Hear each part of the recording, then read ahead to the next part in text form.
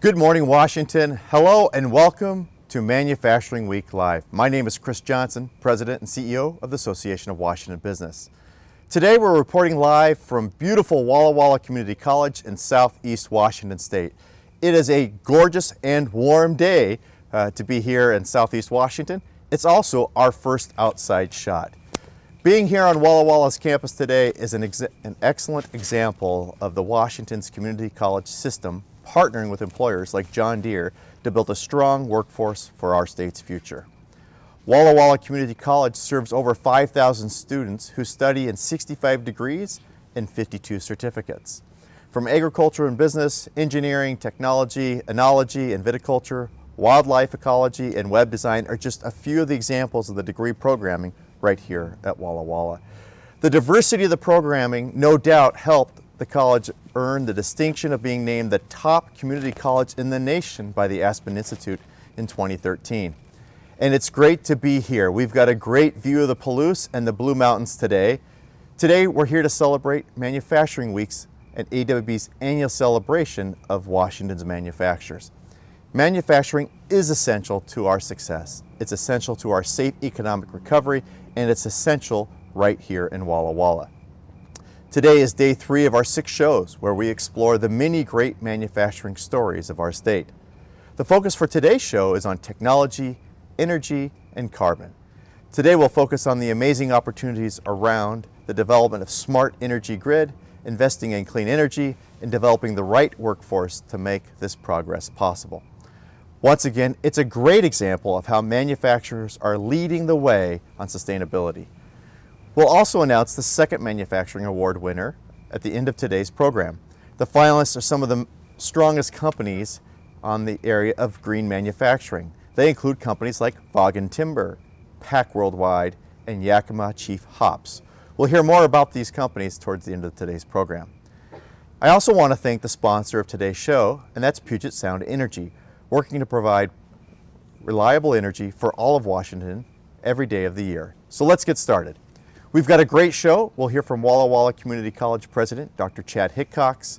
We'll learn more about the smart grid technology from our friends at the Pacific Northwest National Laboratory and talk to State Representative Skylerrood about how Eastern Washington is meeting the challenges of the coronavirus. We'll also take a quick look at the state-of-the-art wind farm operated by Puget Sound Energy and check in with Congressman Derek Kilmer. All of this and much more coming up, so sit back, relax, and we look forward to getting started today. So now it's my pleasure to introduce and welcome today's first guest. Joining us here on set is Dr. Chad Hickox, the newly appointed president of Walla Walla Community College. President Hickox was named president of the college board back in May. He started the college in 2018 and has experience on both sides of the mountains in higher education. Dr. Hickox also supports economic development for the region through his service on the Walla Walla Chamber of Commerce and the Port of Walla Walla. Dr. Hickox, welcome on in. Thanks for hosting us. Thank you, Chris. Thanks for being here. So talk to us, how's it going? You've just been announced last May. Tell us about how the new presidency is going. Well, you know, this is a great community and a great college, and I'm honored to have been appointed the president. So everything's going very well under the circumstances. Obviously, we've got the pandemic challenges and the economic issues that are associated with that. But we're here serving our students. We're providing high quality education day in and day out, and it's really an honor to be at the college. This college has a rich history of partnering with industry. Can you talk a little bit about how that looks today and some of the partnerships you're building? I would love to, yes. In fact, we're sitting out in front of the Water and Environmental Center that is the result of a public-private partnership that was built with funding from various sources, and it currently exists as the hub for a lot of public-private partnership activity. We have co-locators that are housed here, including the Confederated Tribes of the Umatilla Indian Reservation. We have the Department of Ecology, the Water Masters here.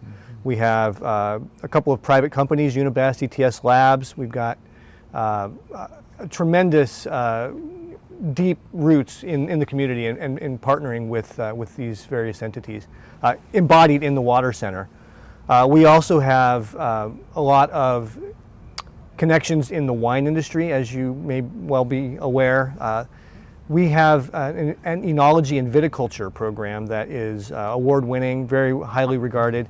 We've sort of grown up with and catalyzed the growth of the wine industry in our region. So that's something that we're very proud of. We also have a partnership with John Deere that's been going 25 years plus, where we train John Deere technicians on site to go around all over the country, and in fact, all of the Northwest at least, to work in dealerships. And they come here for 1 quarter and then they go back to their home dealership to work for another quarter under our direction and supervision. So that's a really productive partnership that's allowed those students of ours to continue to be functioning employees of the John Deere dealerships that they're affiliated with. In fact, isn't that John Deere program the only one on the whole West Coast that John Deere has? It is. We serve California and Montana and the entire western part of the United States. We're a partner to the National Association of Manufacturing, and last week they talked about the real challenges around the workforce of the future, that 4 million jobs need to be filled over the next 8 years. Can you talk about how you're working with local industry and local partners to provide that skilled, trained workforce that employers are looking for? Absolutely. A couple of things that we've done in the last 2 years are very good examples of how we've worked with local industry. We've created a baccalaureate of applied science degrees in agriculture systems and in applied management. And that's the direct response to a need that we were told about by our advisory committees. Each of our workforce programs has a community advisory committee associated with it. That's to ensure that our graduates are graduating with the skills that are required by those industries, as well as to forecast the future and anticipate needs that those sectors are going to be seeing in the foreseeable future. So we were hearing from the farmers in the area that they needed graduates with skills beyond those that are typically afforded through a 2-year degree. So we added the applied baccalaureate degree program. It's different from other bachelor's degrees in agriculture that tend to be more heavily focused on theory, and we really are an applied baccalaureate program, and so they're getting skills that they can go apply in the field that same day, and that's really been very well regarded by the agriculture sector. We also have a very well regarded and well enrolled and welding program, and I think you're going to be hearing from one of our welding students a little bit later in the show. That has the same kinds of deep connections with the community. We modify our curriculum in light of what the community needs and what the employers are looking for in their employees. So it's been almost a year, a little bit over a year since you've been named president. Talk to us about what you're learning, what you're seeing. This is an institution with such a rich history, right? The Aspen Institute Award winner in 2013, the enology and viticulture, and that's not easy to always say. It's not easy to say. Which I think is a best practice for Walla Walla. I think about the John Deere program. There's some really amazing things going on right here on your campus today. Yeah, there really are. One of the things that we're most proud of is that we are the community's college, and we really take pride in serving the needs of the community. The flow of information goes both directions. We have lots of people taking classes from us, and like I mentioned, we have these advisory committees, so we stay in touch with the needs of the area. The situation with the pandemic has made everything that we do much more difficult, but we have a long history at this college of providing instruction, virtually, which is how a lot of our instruction is being done. We've been doing that for 20 plus years. We've had an entirely online associate degree since 2016. So this was nothing new. This was just a matter of scaling up what we'd already been doing. And we're finding that the community is receptive to what we're able to provide. Everyone's looking forward to, how things are going to be post-pandemic, but we in the meantime, we are definitely geared up to provide what we can to students, high-quality instruction right now. Yeah, let's pick up on that for a minute. Talk about how has the college pivoted. You've had a 20-year history of delivering virtual programming, but everyone's gone through some pivots to provide the best education experience to the students. What are you hearing from students? How have you pivoted? Well, so we pivoted very abruptly at the end of March when the governor's stay-home order was put into effect. And so we took spring break and we started spring quarter a couple of days late to allow the shift to happen. We went from 17% of our instruction being virtual online to 70% of it being virtual or online. And that involves all kinds of professional development for the faculty, but it also involves providing the students with a lot of the resources that they need. Many students, have to share one computer among several family members, especially with K-12 students, being educated from home largely right now. Some of them don't have access to Wi-Fi. We've been leveraging all of our resources and all of our financial support from the Federal CARES Act money and from local donors to provide support for students in those situations. So the pivot happened very abruptly, but really all we've done is we've taken to scale what we were already doing. So there were some programs you can imagine had very, very limited online presence. So the welding program or the energy systems technology program, which you're also going to speak to a student from later, those had very minimal presence online. Now most of the lecturing is done in a virtual format, and then they come in to do their hands-on lab, clinical, and shop work on campus using appropriate personal protective equipment and all of that. Well, I want to thank you for having us here today. It's great to be in Walla Walla, also home to a former past chairman of ours, Doug Bain, who has an active role here at the campus and in this community. We're looking forward to hearing about more of the programs and hearing from some of your students later on today. So thank you for being with us. Thank you for having us. Those students that you're speaking to, we're very proud of them, and they're going to be very good spokespeople for the programs that they are in. So thank you for having them. I had a chance to get a tour. It's pretty impressive. Thank you very Dr. much. Hickox, president of Walla Walla Community College. Thanks for joining us. Thank you. And now we're going to connect with a number of the Walla Walla region's lawmakers, and that's Representative Skylerrood. Skyler, thank you for joining us today. Representative Rood serves the 16th Legislative District, which includes Walla Walla County and the surrounding area. He is the assistant ranking member of the House Appropriations Committee and also serves on the college's Workforce Development Committee, among others. Good morning. Welcome on in. We're great to be in your community. How are you doing? Thanks for having me. Well, thank you for joining us. Hey, let's talk about how Washington small businesses are doing right now. What are you hearing from employers as we go through COVID? How are they adapting? How are they facing this pandemic? I think it varies. I think by county, since that's how the phase-in process is working. So I think geography matters, and also industry. There are businesses that are still closed in my area. We've had long-standing restaurants that closing permanently. The movie theater is still closed. So I think it depends on the industry, but overall, I'm happy to see that we're making progress in the right direction. It's not happening as you have a chance to hear from constituents on a regular basis. What are they sharing? If you could list 2 or 3 things that they share to you that the legislature could do to help them during this pandemic, whether it's on workforce or tax policy or others, what are the top 2 or 3 things you're hearing? Yeah, I think from constituents in general, unemployment claims would be number 1, and how slow that is. From the business community, I think just being shut down is difficult. Early on, I heard a lot about tax relief and what the legislature could potentially do to forgive coming taxes or refund taxes that have already been paid. And, I think if the legislature had been able to convene in a special session, maybe some of those could have been addressed. But as you're probably all aware, the governor has not been open to that, and the majority hasn't either. So, I think tax relief is number 1, but the longer we're digging this hole, the more challenging it's going to be to have the flexibility to provide that tax relief. We recently did our 6th employer survey of the state of Washington, and picking up on your tax reform comment there, the number 1 response at 44% was asking the legislature to reduce the cost of doing business or reduce the B&O tax specifically that was called out.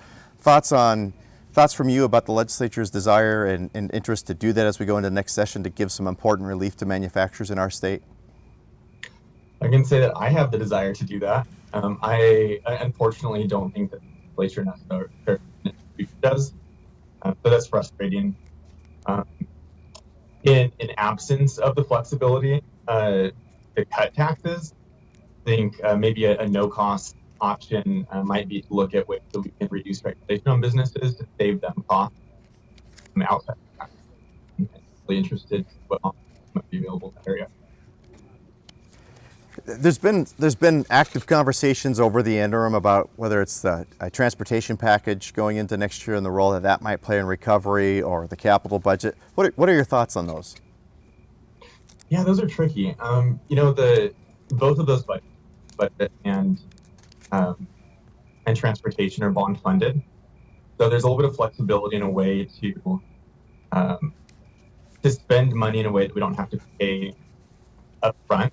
Obviously, that would be problematic, but the transportation budget, or is funded by gas tax, which is by volume, which means it has to be manually adjusted periodically.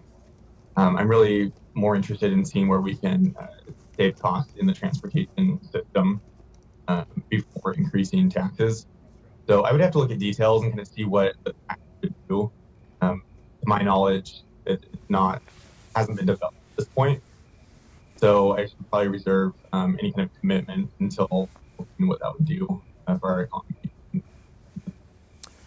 How about some closing thoughts? We're here at the beautiful Walla Walla Community College here. Can you share just 30 seconds or so about how important manufacturing is to the Walla Walla region, how it provides good family wage jobs? Spend just a few minutes talking about some of those businesses in your district as we wrap up. Sure. Yeah, I think that's a really great point. There's been a historical emphasis, I think, on four-year college degrees. And I think folks on both sides of the aisle are realizing that there are high-paying jobs that can sustain a family, and they don't necessarily require that level of and type of education. So I'm really interested to see what we can do as far as developing a workforce in a way that doesn't lead to high student debt and results in the kind of positive outcomes that we're looking for. And you're on the community college campus, which is an excellent institution that provides certificates and two-year degree programs that are affordable, and I think that's really important. So as we move forward, I think providing opportunities for apprenticeships and lower cost learning alternatives is going to be really important for the economy and for developing a healthy workforce. Representative Rood, thank you for joining us. It's great to be in your home and into your community, spotlighting some of the great things that are being done here with business and the education community together. Thank you for being with us. Thank you. Enjoy your day. Now we're going to change things up and take a quick look at some of Washington's amazing scenery. And now, stay tuned for a video from Puget Sound Energy on how they're creating a clean energy future for Washington. Let's take a quick look.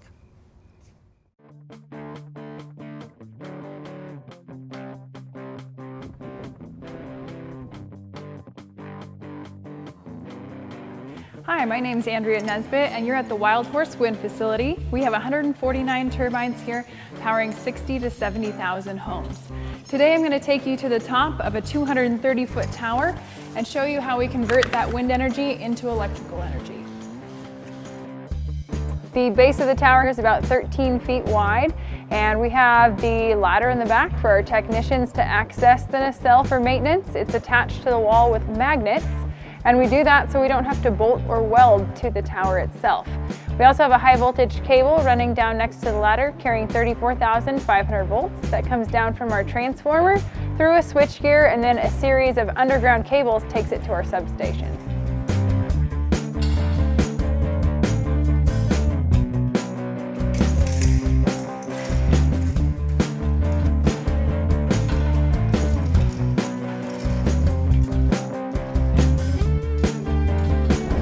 At the top of the tower is the yaw gear, which uses 4 small electric motors to rotate the wind turbine into the wind to maximize power production.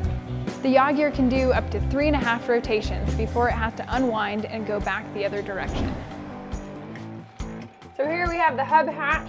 This gives us access out into the hub. So this is where the blades are attached. The hub itself is right here. This is 20 tons of cast steel.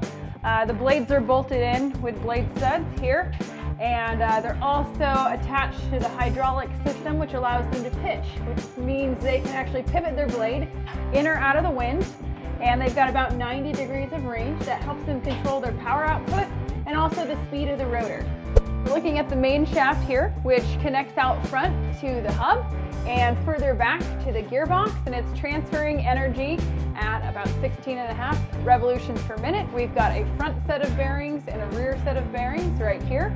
And on the other side, we have our hydraulic unit, which is pitching the blades in and out of the wind and also controlling our brakes when they're engaged. So now we've moved back behind the gearbox, which is this unit right here. It weighs just under 20 tons, and it's speeding up our RPM from the front at the blades from 16.5 RPM to over 1,800 RPM. It attaches via a flexible coupling right through here, goes into our generator. Now this is an induction generator, so we're using a big copper coil and electromagnet to convert that wind energy into electrical energy. The chain hoist above me helps us lift tools in and out of the nacelle, and we have a control system right here. A hatch door opens up in the floor, and our technicians can lower that hook out the floor and pull up all of their tools into the nacelle. That avoids them having to carry it up the ladder as they climb. So we're on the back side of the generator. We've got 4 690 volt cables coming out of the generator that go to the back of the wind turbine to the transformer, and the transformer will step that voltage up to 34,500 volts. Also right up here is the air cooler for the generator, and that's just cycling air through a series of tubes to dissipate heat and help it operate efficiently. All right, I'm up here on the roof of a Vestas V80 wind turbine, and to my right is the ultrasonic wind speed sensor, and its job is to tell the computers within this turbine how fast the wind is going and what direction it's coming from.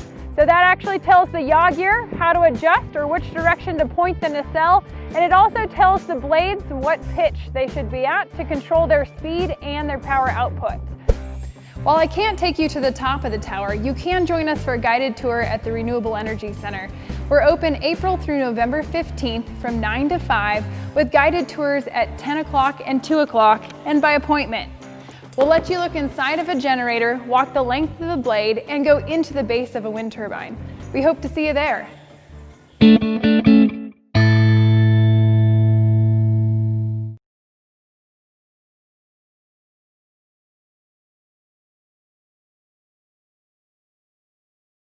Puget Sound Energy for sponsoring today's show. Clearly, one of the major foundations for any healthy manufacturing economy is the access to reliable, affordable energy to power our homes and businesses. Joining us now to explore more on this subject is Mark Wilson, the Executive Director of the Port of Kalama, and we're also joined by Ryan Kennedy, the Senior Public Policy Advisor for the Western U.S. at Clean Energy. Welcome on in to both of you. First question is for Ryan. Hey Ryan, let's start with you. Let's talk about the benefits of natural gas as a transportation fuel and how consumers and fleet managers can access and utilize this important technology. Yes, thank you very much, and it's great to be here. We're very proud AWB members, and I would like to thank you for having us, my company, Clean Energy, here today. My company, Clean Energy, has 545 renewable natural gas transportation vehicle stations throughout the country, with a substantial amount of 18 just in Washington State alone. 18 stations are, 11 of them are actually private, and 7 of them are public. Natural gas is, as a transportation fuel, is actually about 50% cleaner than diesel. And our advocacy and our company really is trying to get dirty diesel trucks off the road and replace them with clean natural gas vehicles. If you use renewable natural gas, which comes from sources like landfills or wastewater treatment plants, which is what we deal with is mostly landfills, it's 70% less greenhouse gas emissions and up to 80% or 90% less NOx emissions, which are smog forming. So we have a clean alternative to dirty diesel, and Washington State is moving in that direction, we believe. Hey Ryan, you and I are outside. It's only 80-something here. I don't know what it is there. Mark, come on outside and join us here. Hey Mark, you've got a really important project going down in your region, the Methanol Project there. Can you talk about what this really means, not only in jobs, but economic impact for the region? Certainly. We're a fairly rural area in Cowlitz County, roughly 100,000 people. So when we bring a project of this scale, it has a dramatic effect on tax bases, jobs, and a range of things. So the value of the project, at least when we started this about 6 years ago, was $1.8 billion. So if you put that in relation to the existing tax assessed value of Kalama and the greater Kalama area, it tripled the value of our community. If you look at it in terms of the entire county, it was worth about 20% of the value of the entire county. So huge impacts on our ability to provide services in our communities, both fire, school, police, all of those services that we rely upon. But it also creates 1,000 construction jobs in the region for almost 3 years, and then ongoing 200 jobs that work directly in the facility, and then another 200 to 300 service jobs that provide direct services to that facility. So substantial impact for all of us. Tripling your value is a significant impact in the region, let alone the 1,000 construction jobs and the 200 operational jobs. And then the last thing that you talked about there, Mark, which I think is important about manufacturing, it has such a great multiplier. For every one job in the community, it's supporting 2 to 3 other jobs, so certainly important. Hey Ryan, let's segue to you and talk about infrastructure if we could. At AWB, we've been advocating at the federal level for a federal infrastructure bill. We commonly think of roads and bridges, but what kind of infrastructure does your industry need? Yeah, the renewable natural gas and natural gas transportation fuel industries rely on both the roads and also, of course, the fuel pipelining, trying to get the fuel from the source upstream down to the stations to dispense it downstream. And of course, the roads are important. And we're trying to get, like I said, dirty diesel trucks off the road and replace with clean natural gas and renewable natural gas transportation fuel. So as far as policy goes, the trucks really drive the clean fuel stations. You get more trucks on the road that have natural gas engines, you're going to have more fuel, more stations built. And of course, Washington really has an advantage, I think, because it does allow a heavy-duty truck at up to, I think, 129,000 pounds on the road. So some states limit it, but in Washington, a fully stocked heavy-duty big rig truck that's diesel may have an 80,000 pound total. But with a natural gas truck, it's only an extra 2,000 pounds because of the tank. So it brings it up to 82,000 pounds. And in Washington, that is street legal, and there's no issues whatsoever with getting those on the road. And of course, if anyone's interested in a natural gas vehicle, Cummins is the manufacturer, and a lot of fleets are purchasing those vehicles to really improve their carbon footprint as an alternative to diesel. And we're even seeing a lot of the big oil companies now diversifying their fuel portfolios, and renewable natural gas is a big part of that and the future of trucking. Hey Mark, let's come back to you and talk about permitting and permit reform, and what possible reforms might the legislature look at to make economic development projects like this happen easier and more timely, if you would. Well, based on our experience, it would be really helpful if we were in a position where we knew what the outcomes that everybody is after. So right now, there aren't a lot of laws that have predictability in what greenhouse gas evaluations look like. So we went through a process, we completed an analysis, it was deemed insufficient, we went back and did it again. Ecology didn't like that version of it. They've done a third version of it. We're now 6 years into permitting, trying to get our project done. For us, understanding what the rules of were at the beginning would be very helpful. We could have met those requirements. We just didn't know what they were. So predictability is a big one, and I think being savvy about how we're going to do this and rolling it out in these reforms in a way that we don't try to do too much at once, where we can adapt and learn from what we do right and where we make mistakes, I think would be very helpful for us. Yeah, for both of you, Mark and Ryan, if you had a message for policymakers knowing that we're going into a 2021 session, what would be a message you would want policymakers to hear about the issues that are important to each of you? Ryan? Thank you. Yeah, thank you. That's a very important part, and I'm our policy advocate in the Western United States, including in Olympia. And we try to advocate for clean transportation policies, one of which is to get more trucks on the road. And AWB has sponsored a couple of bills to do that in the last couple of years, to provide some incentive funds to bridge the gap between the higher natural gas vehicle truck cost and the lower diesel cost amount. And once that's in parity, it's really a no-brainer for a lot of fleets, because it does reduce the carbon footprint over a longer term with a contract. So incentives are very good. Fuel choice, cleaner fuels. Those are really the policy drivers to get more clean trucks on the road. Great. Mark, thoughts on that? I think there's an awful lot of emotion, a lot of hyperbole right now related to greenhouse gases and how we're trying to address this and the challenges in the global economy and in the global ecology. I think it's really valuable for us to just try to really cut through that and look at what we can do that's meaningful as quickly as possible, and not get too caught up in emotional arguments and really focus on what matters, so that we can make meaningful progress. I want to thank you both for joining us. This is our, we wish we could be at manufacturers, seeing them firsthand, but with COVID, we're doing things a little bit different. So welcome to our ESPN Game Day set. And like ESPN, we're outside today here as we're on the road here today. No doubt infrastructure, energy play a critically important role in growing our state's economy.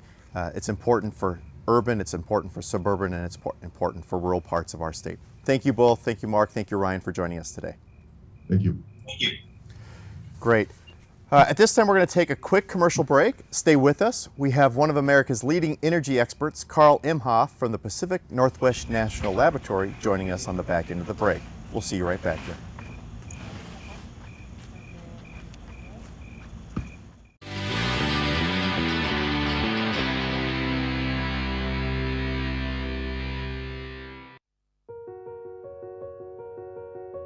Premera Blue Cross is in your corner, wherever it may be. We're there for you at the corner of hustle and bustle, providing health plans for the most innovative companies in a region that's booming.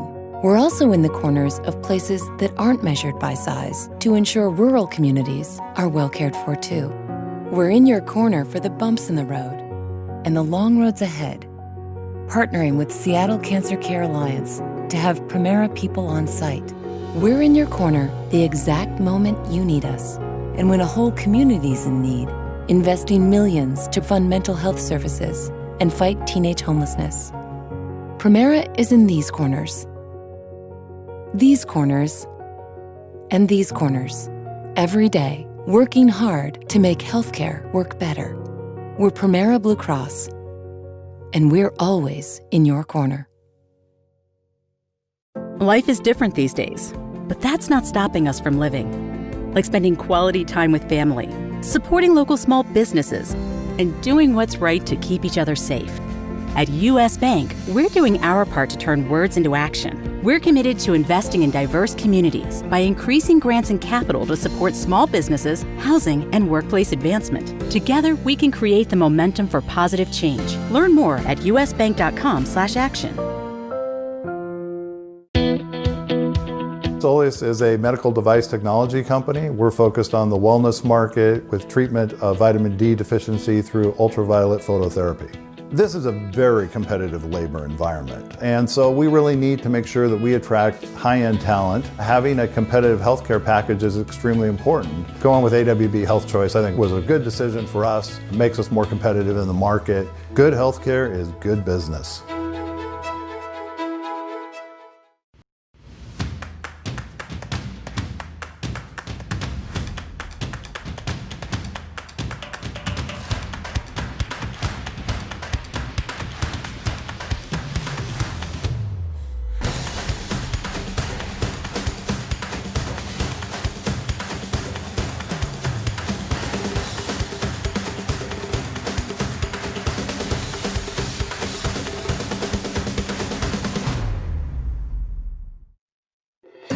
Alafia works to alleviate poverty and promote gender equality. We do that through the fair trade of sustainable resources in West Africa.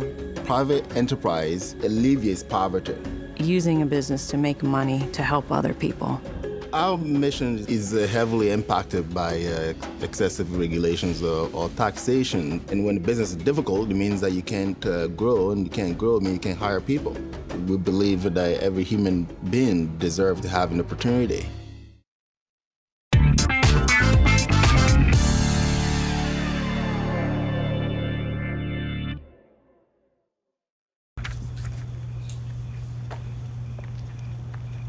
Welcome back, everyone, to Manufacturing Week Live. I'm your host, Chris Johnson with the Association of Washington Business. It's my pleasure to welcome our next guest to the show. Carl Imhoff manages the electric infrastructure market sector in the Energy and Environmental Directorate at the Pacific Northwest National Laboratory. The market sector conducts advanced electric infrastructure research and product development with the U.S. Department of Energy, state governments, vendors, and commercial energy firms. Mr. Imhoff, welcome into Manufacturing Week Live. Thank you very much. It's great to be here, and I'm looking for that Washington State Cougar flag there behind you on your game day set. Well, this is an ESPN game day-like set. We don't have a Cougar flag yet, but stay tuned. You might see something throughout the show this afternoon. Hey, let's get started talking about smart grid. It really is an important conversation, and P&L is on the front line of smart grid research and development. What does this mean to the manufacturing sector and American security overall? Well, overall, the grid is becoming much more fundamental to our entire way of life, from our personal life to our work life and the goods we purchase from the manufacturing sector. And smart grid is an inevitable outcome of the digital revolution facing the whole country. And it's positioned us where we can now see the grid like never before, control it like never before, and extract value and services like never before. So it's an exciting time. There's a digital revolution going on at the grid edge and phenomenal transitions in generation as well. So it's a phenomenal time for everybody. Carl, as I think about energy and innovation, we're talking more about batteries today and in different uses today than we ever have talked about. Where are we at with battery storage, and how far are we away from what I would call a large-scale breakthrough that might impact both grid-scale reliability and operational activity? Great question. The driver for batteries and energy storage is our energy system needs more flexibility. With all the new generation sources coming online and all the new services that we have control over as consumers, we need phenomenal flexibility in this power system going forward. Energy storage gives us that. So today we have a big growth in what's called lithium-ion batteries, the batteries that are driven by the electric vehicle revolution. The good news is there's lots of manufacturing of those. The challenge is they're about 2 to 5x too expensive for us to use ubiquitously in the grid. So we need to drive those price points down.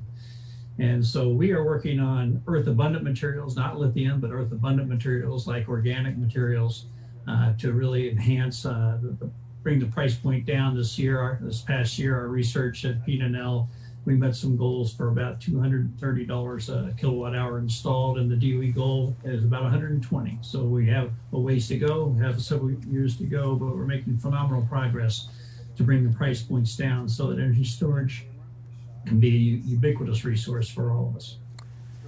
Picking up on that for a minute, once the breakthrough happens, what's the lag time to mass production of that?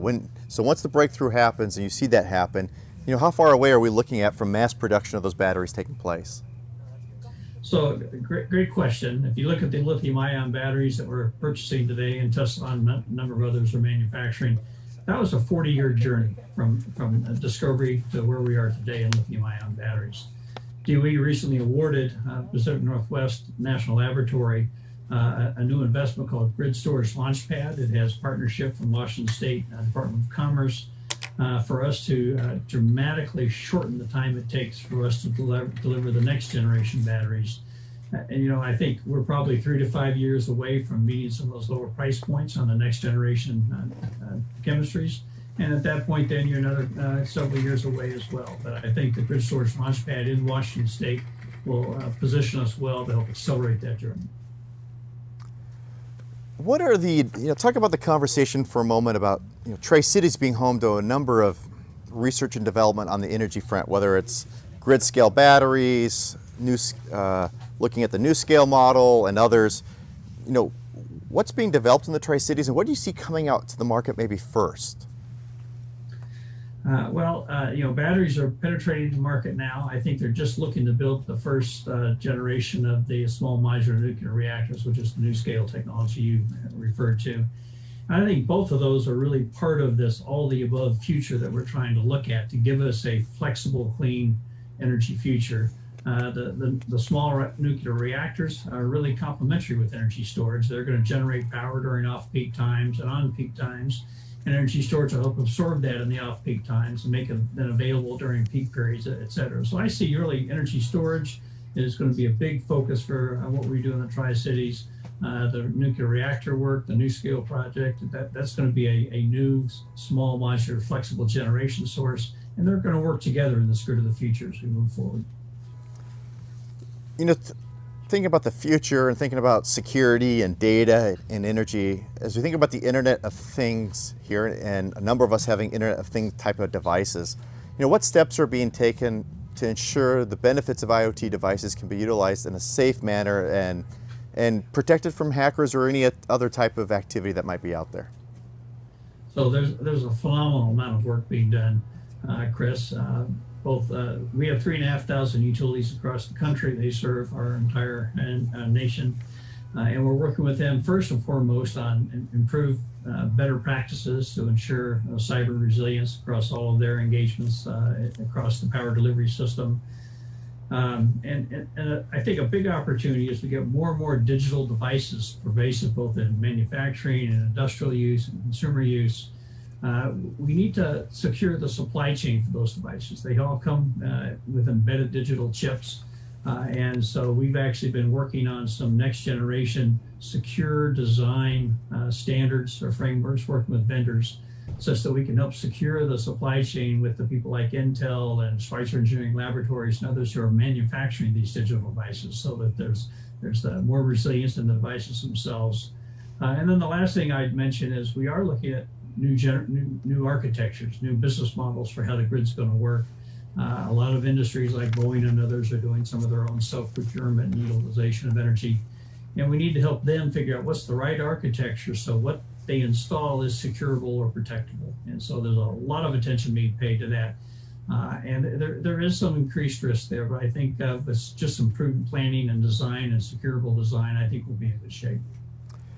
You know, I'd be curious your perspective on this. It seems to us the pace of innovation and change has gone from a 7 to 10 year cycle to a much quicker cycle in that. Do you think that's accurate, and what types of change are we going to see going forward in the energy space in general? I think it is accurate that the rate of adoption has increased dramatically. I think that what it means for us is this digital revolution at the edge. A lot of those controls and small generation devices and all that we see in our homes and businesses, many of those are going to be outside the control of the utilities. Historically, utilities took care of all that for us. Now I think we're going to have more accountability for helping manage those resources prudently and appropriately. But I think that electricity will become increasingly strategic and important to us as a way of life. We're going to try to seek to electrify transportation and other things. So electricity is going to be more fundamental, and I think you're going to see a phenomenal rate of change in business models and approaches to how we run it. And I think that the coin of the realm is going to be grid flexibility, the ability to follow demand up and down, whether it's from variable generation or new consumer or industrial loads that are much smarter and faster. We're going to have to squeeze as much flexibility out of the system as we can. And so we need to look for new ways to plan, working with the states and other regulatory bodies to help figure out more effective ways of planning for a reliable, resilient power system in the future. No doubt energy has played a transformational role and had a transformational impact in our state, including Central Washington. Carl, thank you so much for joining us today. Thank you for giving us a little glimpse of the future. Change is happening fast. It will continue to happen fast. Many thanks to you and your colleagues at the Pacific Northwest National Laboratory for all the hard work that you're doing, not just in the energy and research space, but on things like COVID-19 as well. I know that the National Lab has a number of team members working on that as well. Thanks for being with us today, Carl. Our pleasure. Thank you. Great. Thank you much.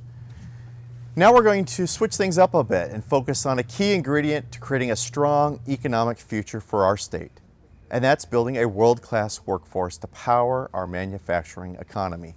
Walla Walla Community College is one of 34 community and technical colleges throughout the state engaged in this important work, and they have an outstanding diversity of programs to offer. There are more than 4.6 million manufacturing jobs that will be open over the next 8 years, and we have an important opportunity to fill them in being an exporter of talent, than an importer of talent. Joining us today is one of the people on the front lines of that work, Jerry Anhorn, the Dean of Workforce Education at Walla Walla Community College. Jerry, take it away. Great. Let's talk about workforce and workforce development and what we do at Walla Walla Community College. It is a key part of our college, developing that workforce, making sure that we're meeting the demands of our community and our region. And so we've really focused on the development of workforce. And we have a couple students with us today that are part of our workforce programs. One's a welding student in the welding program, and another one is in our energy systems program. And I would like to take the opportunity to let them speak to the group and to our audience about what Walla Walla Community College means to them and workforce and where they feel their future is. So I would like to just open it up to Darnell Lavish. She is our welding student. She's currently a second-year welding student. And I'd like Darnell to actually tell us and tell the audience why you chose Walla Walla, what you've learned here, and where you think your career path is going to take you. I got into welding because when I was little, I watched a lot of how it's made, especially dirty jobs with micro. And ever since I kind of got on the path of like being interested in welding, I actually started looking into it as an actual career. And basically all of my hobbies throughout all my life have been revolved around like making something. And with welding, there's so many different things that are made with welding. I mean, you have ships, you have cars, buildings, bridges, you name it. And I'd really, really like to get into the workforce and really kind of flex my skills and actually start building up my ability to become a skilled worker in all sorts of different jobs, especially with jobs that are kind of more like one-off, especially like buildings or custom-made ships and whatnot. And I'm interested in kind of seeing how far I can actually go. Great. Thank you, Darnell. My second student is a young man by the name of Chad Adams. Chad Adams is attending our energy systems program, and he's actually focusing on renewables with the hope to head into the renewables industry. So, Chad, why don't you tell the audience what drove you to Walla Walla, why are you here, and where do you think your career is going to take you? Thanks, Jerry. So Walla Walla came at me from a little bit out of the blue. Excuse me. I was working overseas in the Middle East, and I was wanting to change up my career profession at the time. So I started doing some research on renewable energy schools across the country. Fortunately, excuse me, I came across Walla Walla Community College, and the previous director of the energy program made himself available to speak with me via Skype, and we had several great interview back and forth one-on-one sessions about where the program was, where it was heading, and what kind of opportunities that it would lead to in the future. I got a real great warm feeling from him, so I decided one summer to come check out the local community, check out the school, and I was very happy with with what I saw, with the feel in the community, with the overall quality of the college, the equipment that they were using, the facilities, the techs, the instructors, all of it was it felt like it was the right spot for me to be. So ultimately I ended up making the move from the Middle East over to Southeast Washington, and I've been very happy with the community and everything that surrounds here. I believe you said that I am in my second year. I should be graduating sometime around the end of March for my degree program, and I'm actually looking to take my skill set with me back overseas to Europe and try to work some small sort of entrepreneurship within the wind and solar platform. Possibly even market myself into small and medium farms clientele in the Mediterranean region. Great, thank you, Chad. That's awesome. I do want to just take a moment to mention where Chad and Darnell are sitting. They're sitting in the Water and Environmental Center right now, which is a very, very unique building on the Walla Walla Community College campus, funded on a simple idea of co-location and collaboration. We have a lot of community events in this building all around solving contentious issues in our area, specifically water and the environment. And you know, it's fitting that we're sitting here and talking about energy conservation and new energy.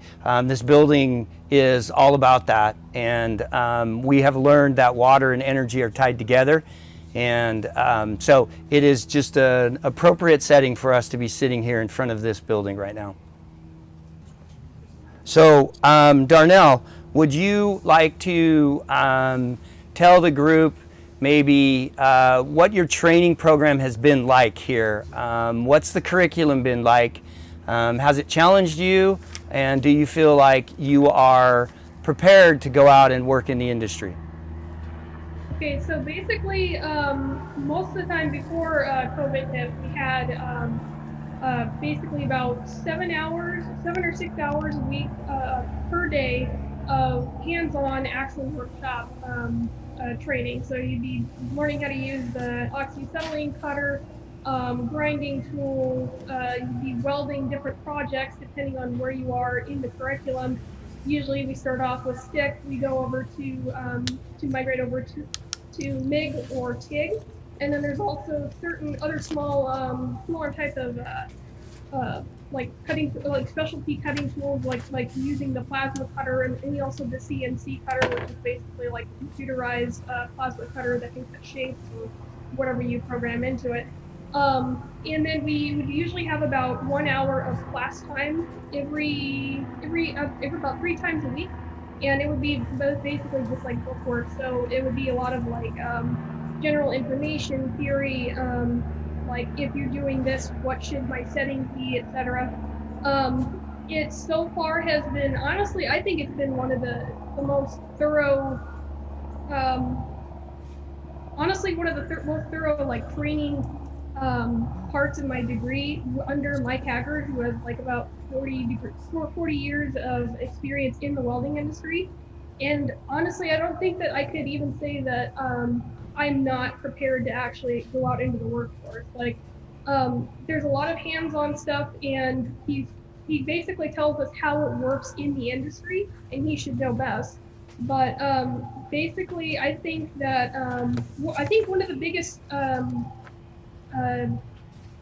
problems that I'm facing just being as a welding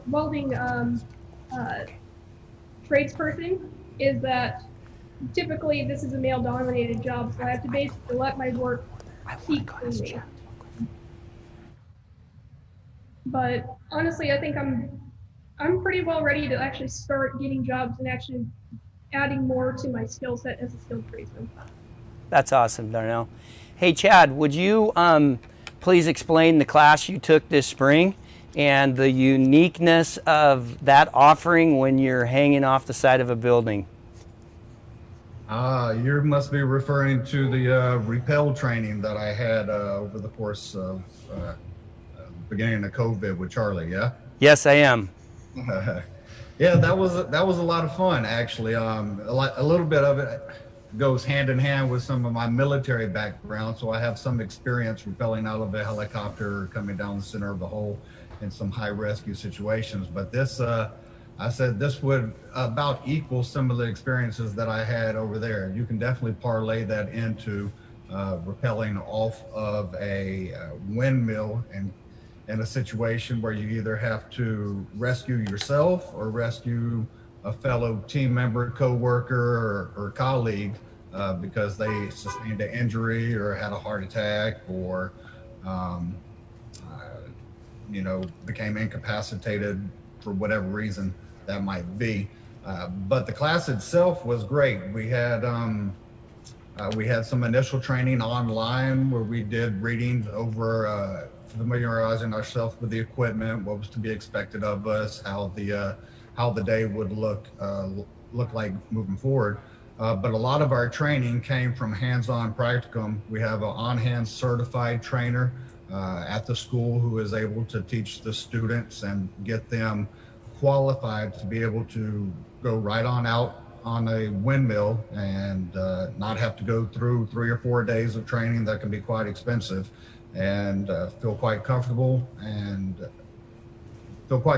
being able to repel yourself from a 300-foot windmill with no anxious or anxiety feelings at all. That's awesome, Chad. Thanks for that.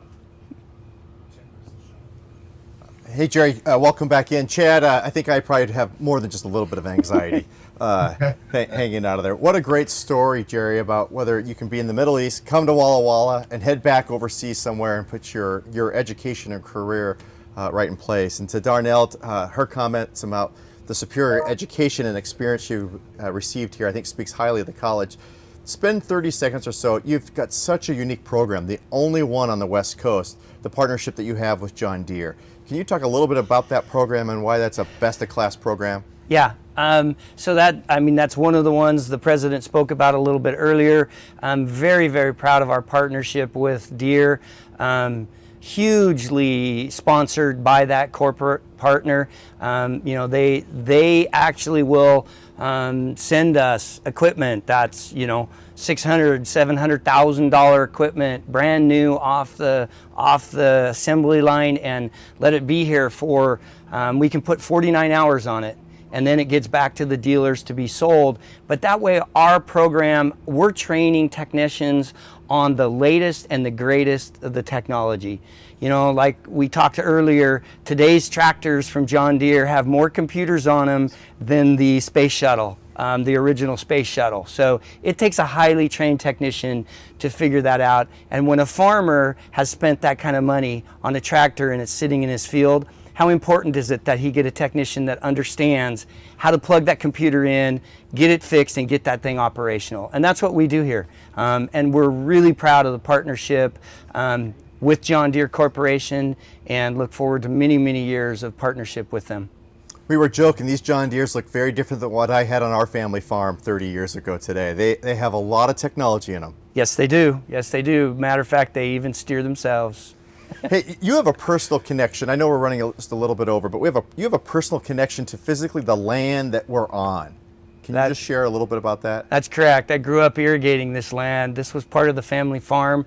The family actually pretty much donated it to Walla Walla Community College to build the location on this at this location. But literally the ground you and I are sitting on, as a 14-year-old, I was changing sprinkler pipes out here. So it is very apropos that I'm sitting here today, you know, promoting workforce, knowing that this is home, and knowing that I grew up literally right here, and the family still operates the land that's literally just east to us. Jerry, I want to thank you for joining us. Chad, Darnell, great stories there. I don't want to go on an experience of hanging out a helicopter, but I'm glad that we have trained people to do that, Chad. And Darnell, we wish you all the best in your career activities there. Thank you, Chris. All right. Thank you, everyone, for joining us for this segment. We're going to continue this conversation with Chris Davidson from West Rock here in just a few minutes. But first, take a look at the Sustainable Pack On-Demand system. Please watch the video.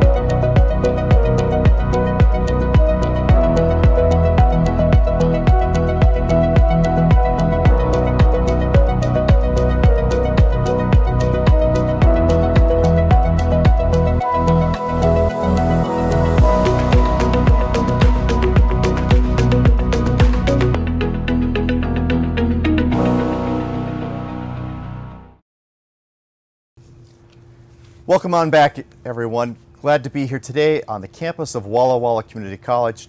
We just had a great segment about the future of tomorrow's workforce. I got to tell you, we're in great hands. Let me take a few minutes to do a couple thank yous here. One is to Primera Blue Cross. They're our title sponsor for this year's manufacturing event. Like us, they're in your corner, and we're pleased to partner with Primera as we ensure so many manufacturers across the state of Washington, 3,000 plus manufacturers across the state of Washington, and their employees receive their health care through the health care plan that we have in partnership with Primera. So to our friends at Primera, thank you for helping us be in your corner. Also, on a warm 84-degree day, and we're going to hear Chris Hall, the CEO of Talking Rain, in a little bit, this tastes really, really good today. So Chris and your team at Talking Rain, thanks for being headquartered in the state of Washington. Look forward to enjoying this. Now it's my privilege to welcome in Chris Davidson from Westrock, who is here to tell us more. So Chris, tell us a little bit about Westrock's work in the sustainable packaging field, if you would. Sure, Chris. Glad to be here. Westrock, we are a global packaging solutions provider based out of Atlanta, Georgia. We have manufacturing facilities in North America, US and Canada, in Brazil, in Latin America, and in India, converting facilities all over the world. And we make basically sustainable packaging. So we make all of the things that you see in the supermarket and you would use every day. Plus, if you ever use e-commerce, the boxes that you get, those most likely come from us. Hey, Chris, we're probably a little bit warmer than you are today, but we have no humidity like they do in Atlanta. Hey, talk to us about how sustainable packaging is impacting energy use. I know that's making a big change in your industry. Spend a few minutes on it, if you would. Sure. So, when I think about sustainable packaging and sustainable manufacturing in terms of Westrock, if you think about the circular economy and trying to make things more regenerative and to utilize renewable energy, in our virgin paper mills, we use biomass, renewable biomass energy. Across our enterprise, about 67% of the energy we use is renewable. And so that comes from sawmill residues, from branches, from the parts of trees that are currently used to make paper. We use that in our virgin paper mills across the system. We also are able to use recovered chemicals. So we burn black liquor in our boilers and use that energy every day. And it just helps to make the entire system more circular. Chris, you're a company that does a lot in the regards of research and discovery. Can you talk a little bit about the research labs that you have, and you have a number of them, and the important role that they play in your business? Sure.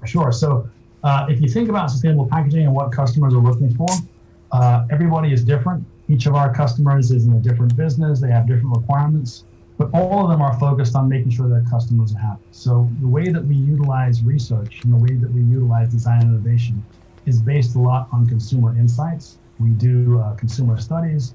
We work with different organizations trying to figure out exactly what consumers are looking for in terms of their packaging. We then take those insights back into our research labs and into our design centers, and we utilize them to make the packaging that you use every day. A couple of nice examples would be if you think about some of the concerns that have emerged over the last few years in terms of marine litter, plastic in the oceans. We've had a lot of our customers come to us and ask us to help them figure out how to reduce the amount of plastic that they currently use in their packaging. We've done things like designing new paperboard packs to replace plastic film for one of our Deere customers in the UK. We've been able to create what we call a can cover, basically a paperboard replacement to the 6-pack plastic rings that were causing so many problems with marine life. And for those of you who think about pizza, I think not everybody, but a lot of people like to have pizza in the evenings. And one of the most recent innovative things that we've been able to do is to work with some of the large pizza organizations, Domino's in particular, where we did a grease study looking at the impacts of grease on cardboard, able to show that you don't have to worry about some of those cheese and grease stains. That corrugated paperboard that we use to make pizza boxes, that is very readily recyclable. So it's taking all of those insights, it's taking research and innovation, and just basically making packaging that you can use and be sure that it is available to be recycled. It's sustainable, it's more efficient every day. Chris, I'd be curious, COVID-19's impacted everyone. It impacted how we operate, impacts our employees and their home lives. Talk a little bit about how it's impacted your business, if you would. Sure. Well, first off, we were designated an essential business. So we've been running 24/7 during the entire pandemic. What we did was we added to an already heavy focus on safety. Safety is critical for us as being a large manufacturer. We wanted to make sure that we kept our employees safe as they worked 24/7. So we added a heavy emphasis on temperature checks, making sure we're using face masks and social distancing, all that to make sure that we could continue to produce those packages that are needed to keep the supply chains flowing. In terms of sustainability, what we saw was really sort of an initial drop-off in sustainability focus at the beginning of the pandemic. Obviously, people were focused more on safety than they were on how their business was doing in terms of sustainability. But that rapidly came back. What we're seeing today is that both consumers and customers really seem to have refocused on the importance of our environment. They're making the commitments to sort of rethink how they live their lives or run their business. So what we saw initially is sort of a failure or a desire not to focus on that anymore has rapidly come back. We're anticipating that people will be more focused on sustainability as we move forward. Chris, I want to thank you for spending time with us today. This has been an important conversation, and I think you're right. Sustainability is going to take another step forward as we think about packaging, we think about our everyday life, we think about how important energy is and our workforce as well. Thank you for being with us. Stay safe out there. Thank you very much, Chris. It's now my pleasure to welcome in a good friend to AWB and all of the hard-working Washington employers and their employees across the state, and that's Congressman Derek Kilmer of Washington's 6th Congressional District.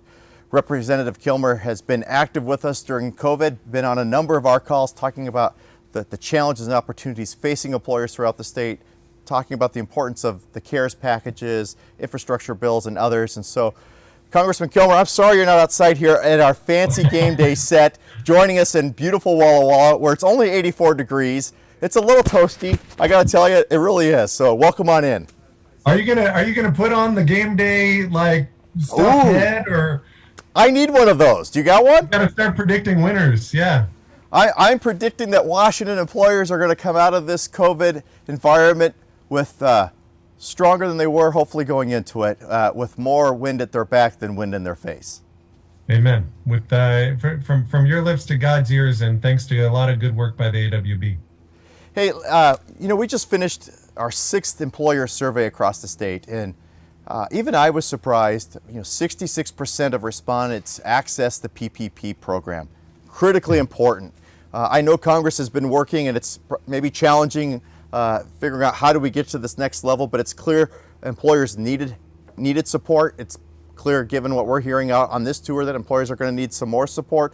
I know there's a range of issues from liability protection to state and local support. Can you kind of talk to me about what the next round of support and relief looks like? Sure. And the crystal ball is a little bit fuzzy. I can tell you that the House passed 5 months ago a bill called the HEROES Act, and then just actually last Thursday passed an updated version of the HEROES Act that was really intended to serve as a compromise that would provide assistance to folks who've been made unemployed through this, that might need help with housing or nutrition, but also, as you point out, Chris, another round of PPP, trying to provide some grace and flexibility and even forgiveness in that process of PPP forgiveness. And I'm really hopeful that we could see a deal come to pass. Right before I hopped on, I saw the president tweet that he is telling his negotiators to stop negotiating. I think that would be a concern, obviously, because that would suggest that nothing will happen until after the election. And Lord knows we have a lot of small businesses who need help now. We have a lot of families here in our state who need help now, and I would hate for them to have to wait longer than they've already waited. Our friends from the Pacific Northwest National Lab are going to be on our program later today. They have an important presence in your district, as they do in Congressman Kilmer's district. We've been working together on efforts, and you and Congressman Newhouse have worked really hard on efforts to promote unity, civility, and bipartisanship in Congress. We've got a lot of stressors going on right now. What is your message right now? As we think about how important it is to find a way to solve problems and help employers go through this not only rebound and recovery piece along the way. What's your message? Well, first of all, I really appreciate the work that the AWB has done, not just the work elevating PNNL, but giving an opportunity for even members of Congress like Dan Newhouse and I to talk about some of our efforts at bipartisanship and at civility. Listen, I came out of the business world. I was a consultant for McKinsey and Company, and then worked in economic development in Tacoma. And I really think that the focus needs to be on just solving problems. And, there's Republicans with good ideas and some with bad ideas, and there's Democrats with good ideas and some with bad ideas. And to some degree, not just folks in elected office, but everybody needs to embrace good ideas and give the Heisman to bad ideas. Which doesn't sound like rocket science, but I think sometimes things are getting screened more through a partisan lens these days than they need to be. Beyond that, I would say, Dan Newhouse and I did what we call the civility exchange, where he came to my district and I went to his district. And I think part of the way we get a better understanding of where people are coming from is to actually just understand where people are coming from.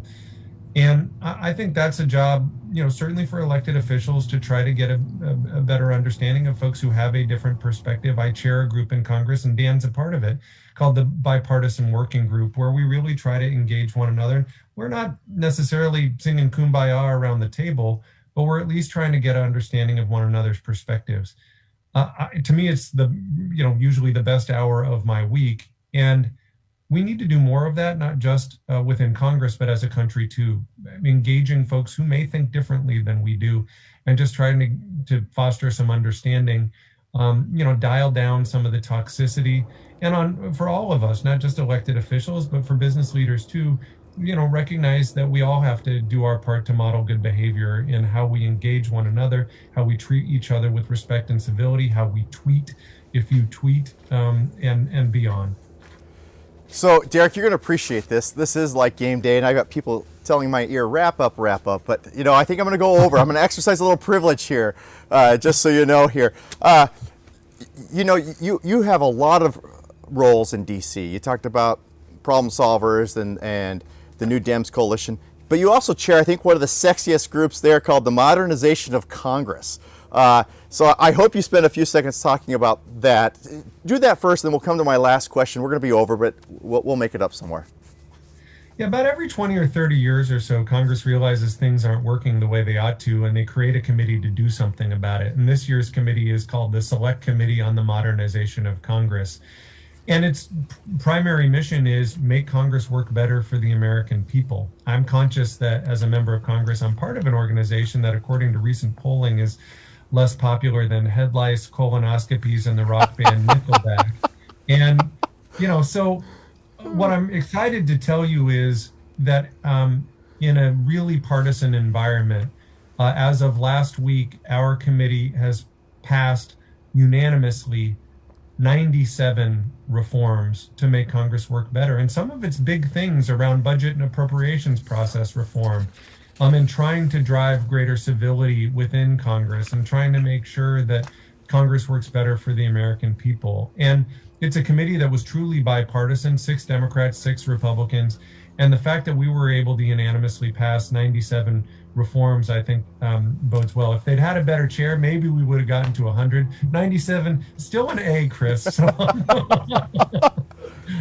Hey, we've had a chance to take this tour back when we did a bus tour, not the game set, across your congressional district. You come out of the private sector, you have a really strong private sector experience. Talk about how strong manufacturing is in your district. We are a maker state. You can't be the most trade-driven state and not make a lot of products and send them all across the globe. Can you spend just 30 seconds or so talking about how strong manufacturing is in your district? It's a really big deal. And, it's a huge job creator with huge ripple effects, whether we're talking about wood products on the peninsula or maritime. We have aerospace vendors in my district. Obviously, we have a massive naval shipyard and a whole lot of vendors who work with them. So manufacturing is just a huge employer. It's a huge area of opportunity, and I really appreciate the AWB's work to elevate the importance of manufacturing. When I worked in economic development, we had an adage that We're competing with everyone, everywhere, every day, forever. And that's not just a good ethic for folks who work in local economic development. It's a good adage for our state. It's a good adage for our country. And I really appreciate the AWB's leadership and partnership as we work to enhance our competitiveness. Boy, that's more important now than maybe ever.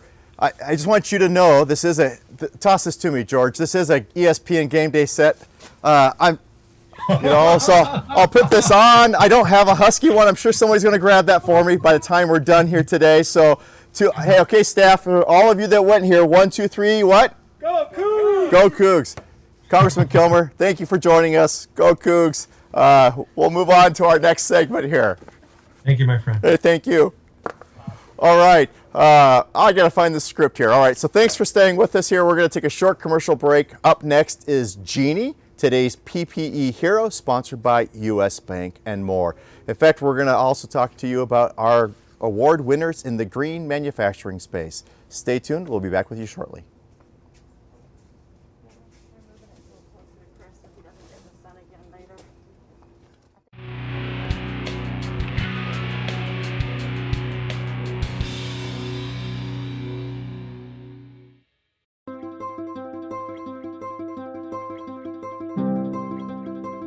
Here, along the magnificent Puget Sound, more than 4 million people rely on Puget Sound Energy to meet the region's growing demand for natural gas and electricity.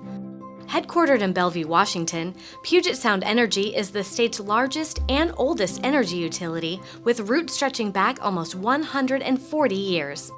The company's sprawling service area covers one of the most vibrant, progressive, and economically robust regions in the United States, home to some of the world's most successful and innovative businesses, including Microsoft, Starbucks, Amazon.com, Nordstrom, Costco, the Boeing Commercial Airplane Group, and Nintendo America.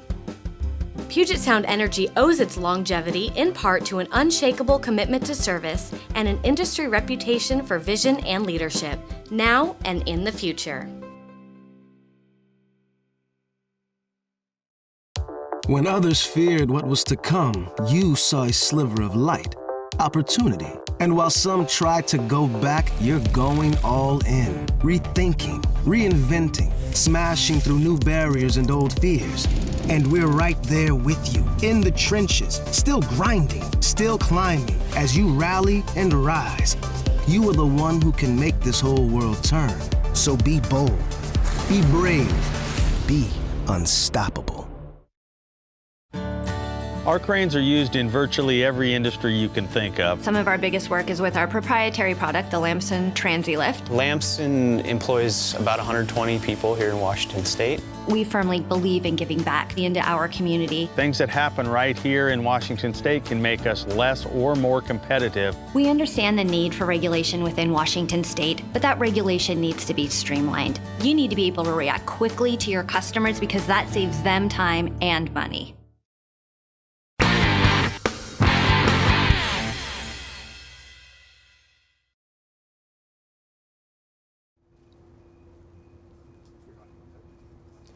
Welcome on in, everyone, again to Manufacturing Week, live in beautiful Walla Walla, where it is a beautiful fall day. Again, I want to thank our presenting sponsor, Premera Blue Cross, for being in your corner with us. Premera is investing $250 million to improve access to care, combat homelessness, and support programs that address important behavioral and mental health issues in our communities. Thank you, Premera, for being with us on this journey this year. Thanks again to our other partners, including Puget Sound Energy, U.S. Bank, Talking Rain. They helped make us be cool today, Alaska Airlines, Out of the Box Manufacturing, and so many others for making 2020's Manufacturing Week happen. Now it's time to celebrate important PPE heroes, the Washington manufacturers who pivoted early in the pandemic to create personal protective equipment right here in Washington for Washingtonians. The equipment is incredibly valuable for our state. We're all using today face masks, gowns, hand sanitizers, and it's important to have that product made here locally. Thank you again to our partners who've made the PPE segment possible, our friends at U.S. Bank.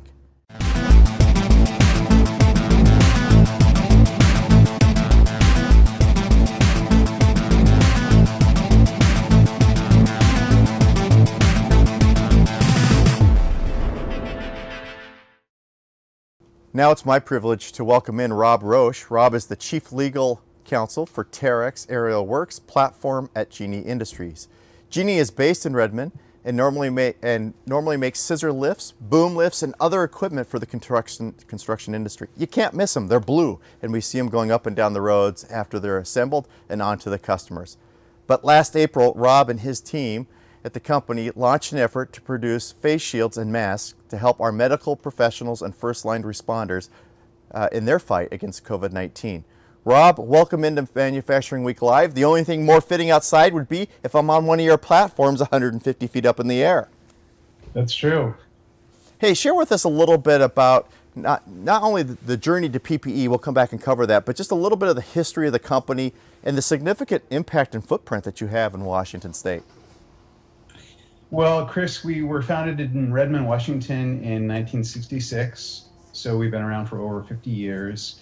We have manufacturing plants in Redmond and Moses Lake. Our biggest worldwide manufacturing plant, as a matter of fact, is in Moses Lake. We employ over 800 people there and that are on the manufacturing line, and about 600 manufacturing folks in Redmond.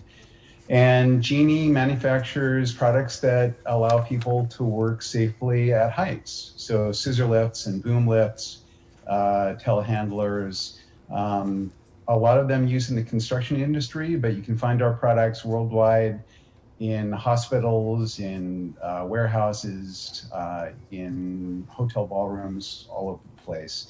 We're owned by Terex Corporation, which is a publicly traded company on the New York Stock Exchange.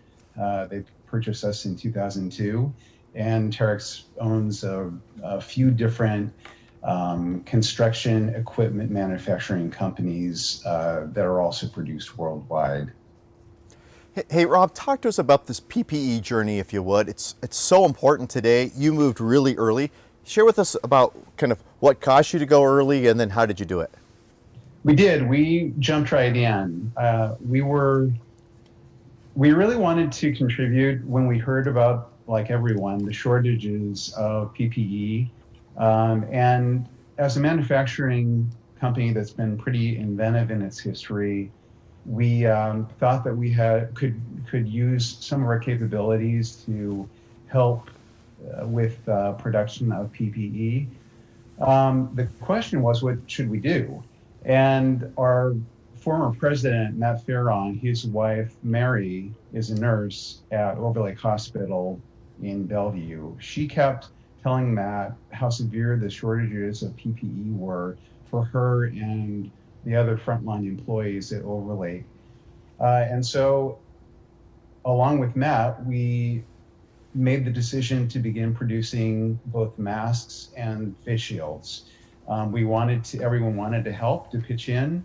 And so starting April 1st of this year, we started producing masks, and very shortly thereafter, we started producing plastic face shields. We worked with the supply chain team at Overlake Hospital, defining the specifications for both of those, and then made some design modifications, and launched our effort along with 40 of our team members to begin producing PPE. Rob, I'd be curious, what were both some of the challenges to getting into the space and also some of the surprises? The challenges really, there were a couple of challenges. One of the challenges related to the environment that both the masks and the face shields need to be produced in. So it has to be a sterile environment, particularly because they're going to be used in a medical setting. So we had to modify our HVAC system to be able to produce these masks and face shields. That required a bit of work, which we were happy to do and happy to donate just to be able to get this done. And we converted our equipment showroom, where we usually have equipment that's on display. A lot of our latest models are typically displayed there. We converted that to the production showroom. The HVAC in that room was modified, and that's where both the masks and the face shields were produced. The other challenge, not so much a challenge, is just an opportunity for our engineers and team members to be resourceful, was design changes. So Mary, Matt's wife, who, as I mentioned, is a nurse, told Matt that the N95 mask that they were wearing at the hospital kept pinching the bridge of their noses and would actually make them very sore over time. And so we modified the masks using welding wire instead of the metal that's oftentimes used in N95 masks. And we were told afterwards by Mary and the other providers that they were much more comfortable, they were more flexible, and it was a design change that we kept throughout. So those are just a couple of the challenges that we faced. Hey, Rob, in our remaining couple of minutes we have, I'd like to cover two quick things. One, hey, what are your employees saying to you? Are they proud they made this change? Have they got feedback from customers in the community you're in about producing PPE? It was probably one of the most gratifying things that we heard from our employees. I mean, it was at a low point for the company in recent months. We'd seen our order book immediately after the pandemic started dramatically reduced. And we had to stop production for a short time while we tried to adapt to the new pandemic environment to try to make things safer. So morale was low.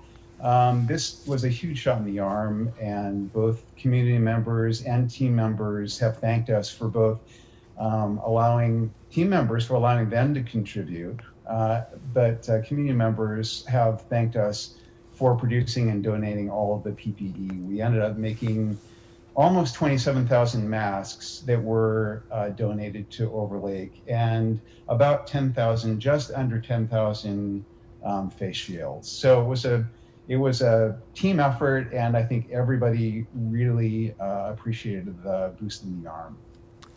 Well, Rob, hats off to you and the team at Genie. You know, we've had a chance to stop both at the Redmond facility and the Moses Lake facility in prior years when we've done the manufacturing tour. In fact, we were in Moses Lake on day one when the first new high lift came off the assembly line. So we've had a chance to spend some time with you throughout this.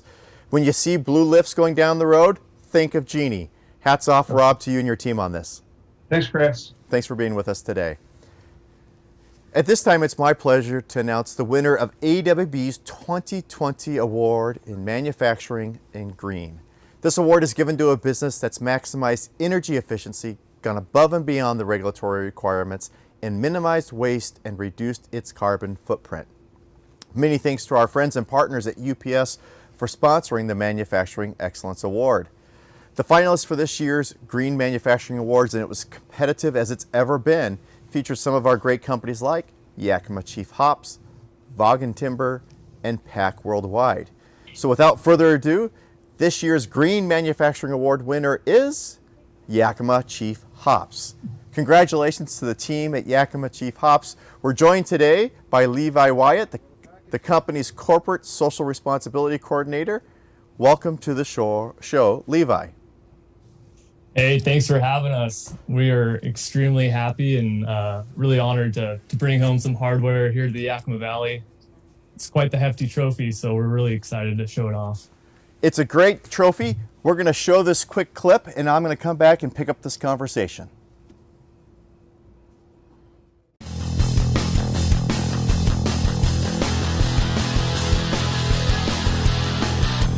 Well, hello, my name is Levi Wyatt, and I'm the Corporate Social Responsibility Coordinator here at Yakima Chief Hops, where we provide brewers around the globe with quality hops from the Pacific Northwest. Yakima Chief Hops is known as being a 100% grower-owned global hop supplier, represented by over 50 family farms spread across the Pacific Northwest. Our company was first started back in 1988, where 3 family farm, the Peralts, the Smiths, and the Carpenters actually discussed forming a grower-owned hop company, which was kind of revolutionary at the time. because prior to this development, growers had little to no interaction with the brewers. So in fact, that was our mission back then, and it still is, to connect family hop farms to the world's finest brewers. We have always prided ourselves in being environmental stewards of the land, as well as socially responsible neighbors. And we look for ways to showcase that in our operations, where we work to preserve the quality of the hops that enter our facilities before they're processed, packaged, and then later shipped all over the globe for our brewing customers. I actually joined YCH back in January of 2019 and have loved being here for the last 2 years. It's an amazing space to be able to call home. A lot of great people work here, which I think is very unique and very fun. Makes for a very fun work environment. And it shows in the culture we've developed in our offices and in our operations. We've got an employee give back program, for example, where we encourage all of our employees to actively participate in their communities on company time for nonprofits near and dear to their hearts, as well as other organizations, programs and initiatives we have in-house. But as far as culture goes, a lot of our people that work here have been here for quite some time, and it's a fun place to be, especially during harvest. Honestly, I think we're just extremely humbled to be even recognized for such an award, and to say that we're the 2020 Green Manufacturer Award winners is just truly an honor. We've put in a lot of hard work and dedication into our operations over the years.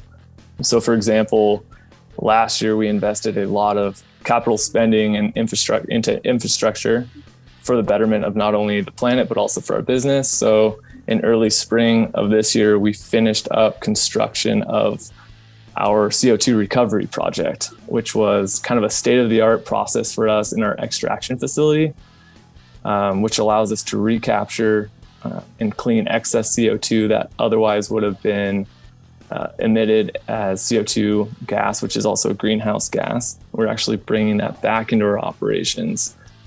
Additionally, we've also had a really strong emphasis in renewable energy. I mean, we are living among the Palm Springs of Washington, if you will. So we enjoy long days of sunshine. So we made the conscious decision to kind of harvest the sun for good and for the use of our operations here in Sunnyside and Yakima.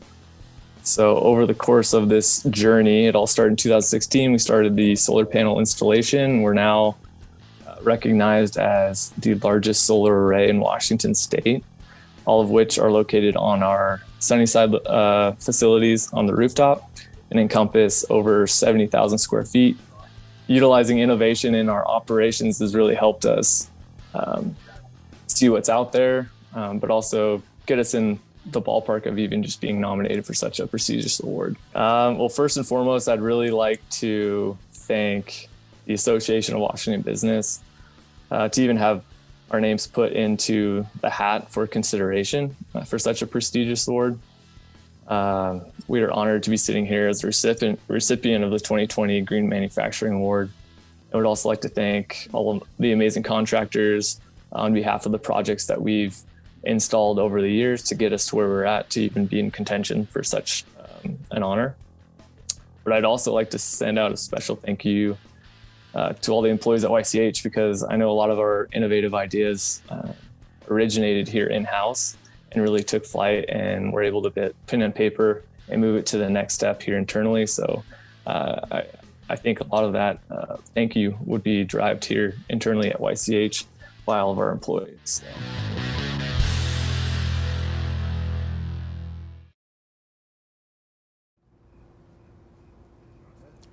Levi, congratulations again.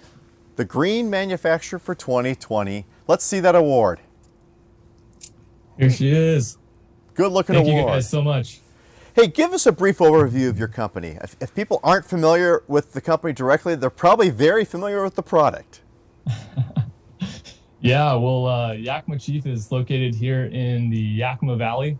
We're a global hop supplier with our headquarters in Yakima. We've got an additional operation facility in Sunnyside.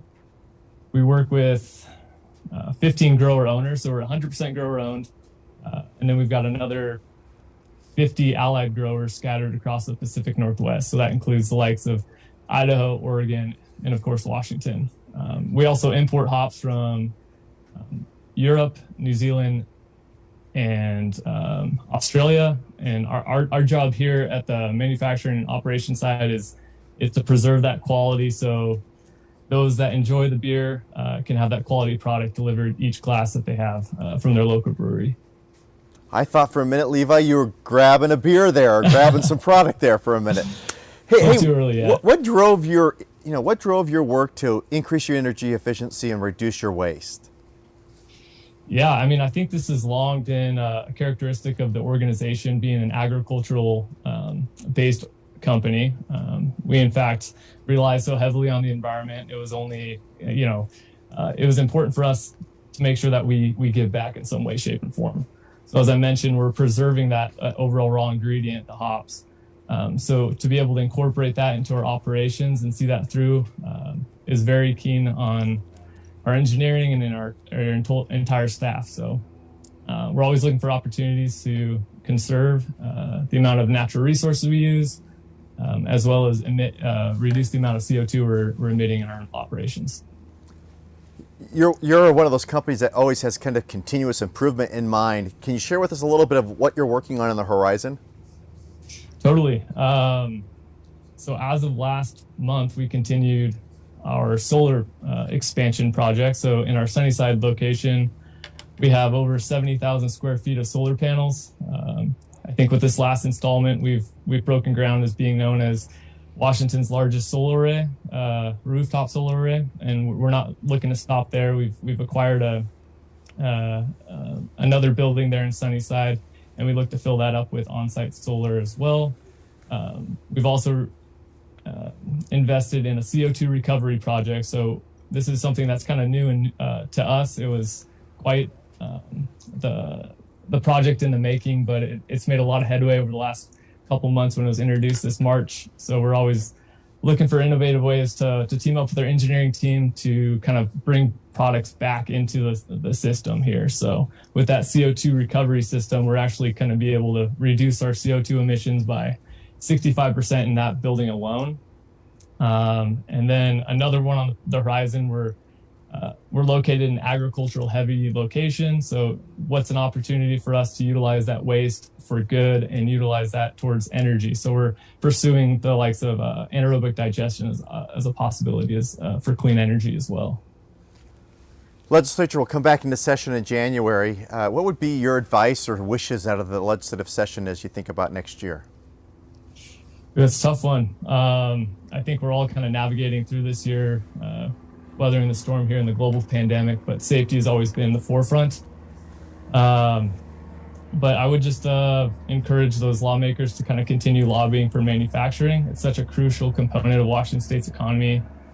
So I think it's very important that we continue to advocate the awareness in our industry, as well as like looking for new grants and possible educational scholarships to kind of help allow this industry continue to advance, as well as create innovative solutions that we've seen in the past. Well, Levi, I think you hit it right on the head. Advocating is something that our team does a great job on behalf of employers up at the state capitol. You were our last stop last year on our 2019 manufacturing tour. It's really great to see this come full circle. Congratulations again, our Green Award winner for 2020 in manufacturing. Congratulations, Levi and team at Yakima Chief Hops. Thank you so much. All right, and thanks to everyone today for viewing our program.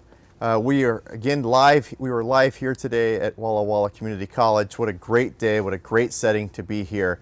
We had a chance to talk about a lot of issues today: clean energy, smart grid, a strong workforce, and how we put this all together to build a brighter future for our state and for our economy. Many thanks to our friends and partners, Dr. Chad Hickox and Dean Jerry here at Walla Walla Community College for hosting us today. Thank you to a number of our leaders that joined us on site today: Fran Frigette, our immediate past chair, Doug Bain, past chair of AWB's board, and David Condon, our friends at Primera. Many thanks to our staff team. They did a great job today in the face of a little bit of adversity here, but we performed, did a great job. Stay tuned for tomorrow's show. We will report live from beautiful Vancouver, Washington. I forgot for a minute where we were going. We've got a great lineup that includes U.S. Ambassador for America's Agriculture and Trade Products, state senators, and we'll be talking about an important item of bipartisanship and so much more. We'll see you tomorrow morning at 11:30. Be safe. We'll see you tomorrow.